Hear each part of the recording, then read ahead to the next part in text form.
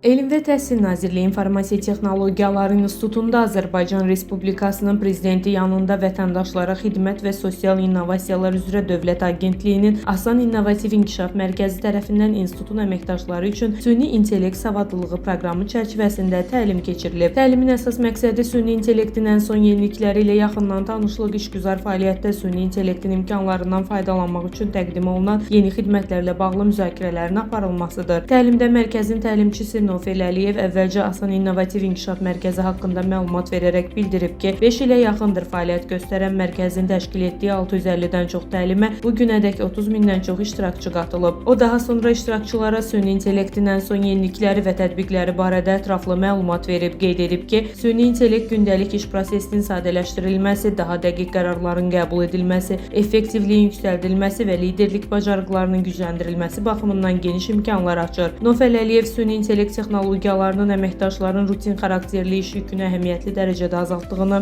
onların daha yaradıcı və strateji fəaliyyətlərə fokuslanmasına imkan yaratdığını vurğulayıb. Tədbirdə iştirakçılara nəzəri biliklərlə yanaşı real həyatda tətbiq edilə biləcək praktiki bacarıqlar da aşılanıb. Gemini, Kimi, Cloud, DeepSeek və s. kimi generativ süni intellekt platformalarının müqayisəli təhlili aparılıb. Onların üstün və çatışmayan cəhətləri izah edilib. Elmi fəaliyyətin səmərəliliyinin artırılmasında daha geniş tətbiq potensialına malik sistemlər əyani nümunələr əsasında təqdim olunub. Sonda geniş fikir mübadiləsi aparılıb, təlim iştirakçılarının sualları cavablandırılıb. Sümbül Zalova, Ceyhun Şahverdiyev, Şahin Rəsulov, Info TV.